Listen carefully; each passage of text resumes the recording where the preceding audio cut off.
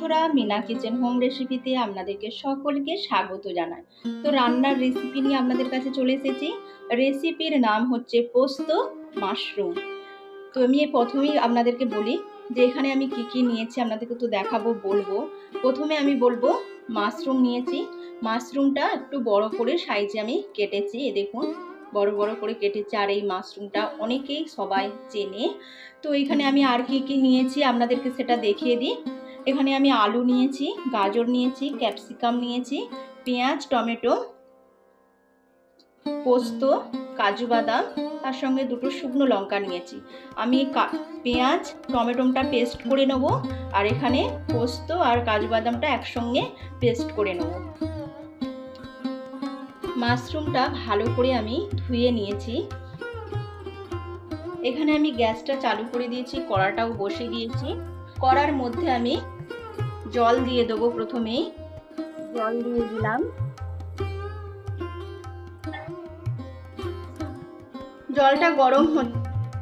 জলটা আমি গরম হতে দিলাম।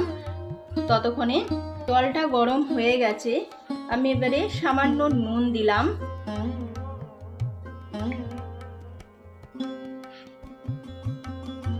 ধুয়ে রাখা মাশরুমগুলো আমি এবারে দিয়ে দিলাম জলের মধ্যে।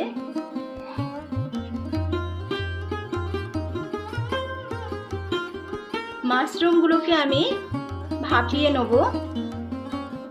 তারপর জল থেকে তুলে এগুলো আমি ভেজে নেব। প্রথমে আমি ভাপাতে দিলাম। আমি হলুদটা অ্যাড করলাম না, হলুদ ছাড়াই আমি মাশরুমের পোস্তটা বানাবো। বাদবাকি মশলা দেবো, সেটাও আপনাদেরকে দেখাবো, বলবো। মাশরুমটা ভাপাতে ভাপাতে আমি ততক্ষণ এদিকে আমি পোস্ত বাদামটা পেস্ট করে নেব। পেস্ট করে আপনাদেরকে আমি দেখাবো।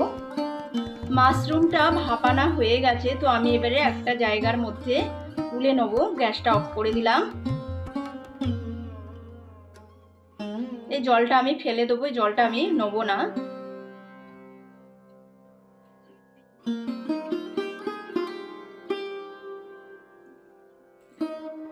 এখানে কাজু বাদাম আর পোস্তটা বাটা হয়ে গেছে। মাশরুমটা ততক্ষণে আমি ঠান্ডা করতে দেবো। মাশরুমটা ঠান্ডা হতে হতে ততক্ষণে আমি গাজর আর আলুটা হালকা করে ভেজে নেব। এখানে কড়ার মধ্যে আমি সর্ষের তেলটা দিয়ে রেখেছিলাম আগে থেকেই, কড়াটা ধুয়ে। তার মধ্যে আমি গাজর আর আলুটা দিয়ে দিলাম।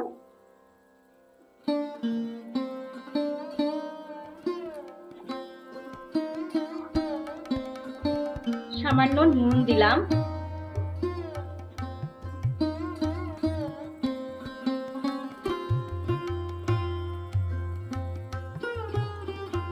এখানে গাজর আলুটা ভাজতে করতে আমি এখানে পেঁয়াজ আর টমেটোটাও পেস্ট করে নিয়েছি। যে এখানে আমি পেঁয়াজ আর টমেটোটাও পেস্ট করে নিয়েছি।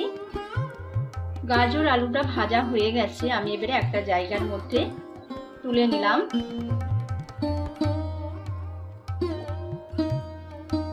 ক্যাপসিকামটা আমি হালকা করে ভেজে নেব।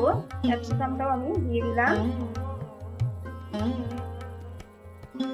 সামান্য নুন দিলাম।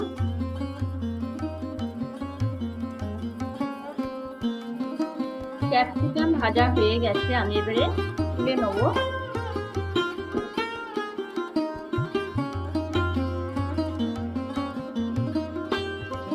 কড়ার মধ্যে আমি তেলটা দিয়ে দিলাম। মাশরুমগুলো ঠান্ডা হয়ে গেছে, মাশরুমগুলো এবারে আমি ভেজে নেব। দিয়ে দিলাম মাশরুমগুলো আমি কড়ার মধ্যে।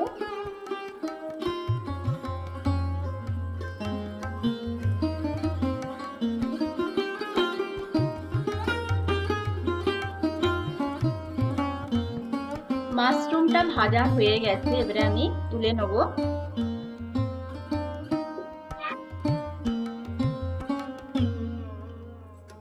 মাশরুম যে ভেজেছিলাম সেই কড়ার মধ্যে আমি সর্ষের তেল দিয়ে দিলাম।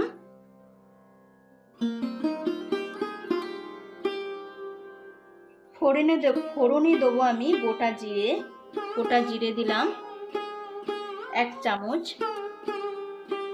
জিরেটা ভাজা হয়ে গেছে, তার মধ্যে দিলাম আমি পেঁয়াজ, টমেটোটা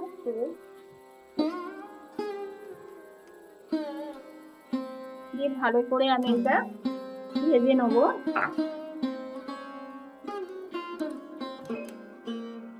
পেঁয়াজটা ভাজা ভাজা হয়েই এসেছে, তার মধ্যে আমি দেবো ধনে গুঁড়ো, জিরে গুঁড়ো, কাশ্মীরি লঙ্কা গুঁড়ো। কিছুক্ষণের জন্য আমি এটা কষে নেব।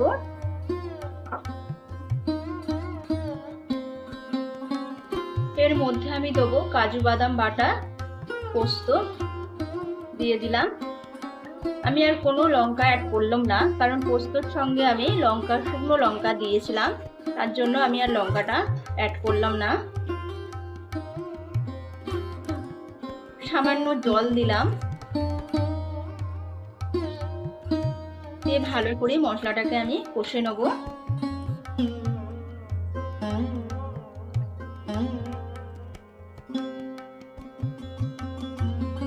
মাশরুম, ক্যাপসিকাম, গাজর, আলু দিয়ে দিলাম, ভেজে যে রেখেছিলাম সেগুলো আমি দিয়ে দিলাম, দিয়ে ভালো করে আমি এটা মিক্স করে নিলাম।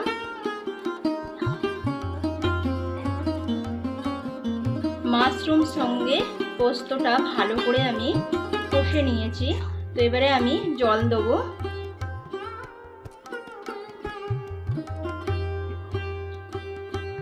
দু বাটি আমি জল দিলাম।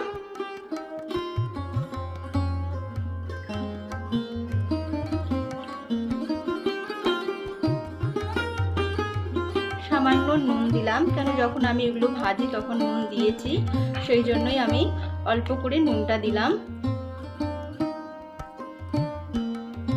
এবারে আমি চাপা দিলাম, 6 মিনিট চাপা দিয়ে রাখবো, তারপর খুলে দেখবো কতটা কি সেদ্ধটা হয়েছে। 6 মিনিট হয়ে গেছে, আমি এবারে ঢাকনাটা খুলে দেখবো কতটা কি সেদ্ধটা হয়েছে।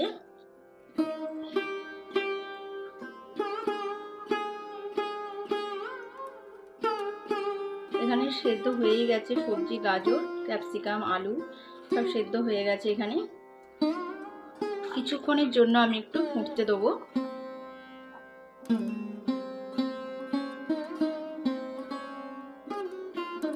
ওপর থেকে 1 চামচ আমি সর্ষের তেল ছড়িয়ে দিলাম।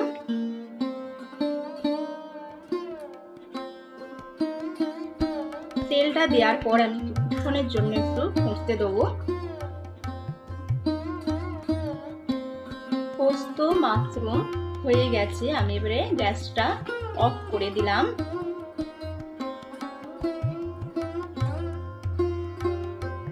একটা জায়গার মধ্যে আমি এবারে তুলে নেব।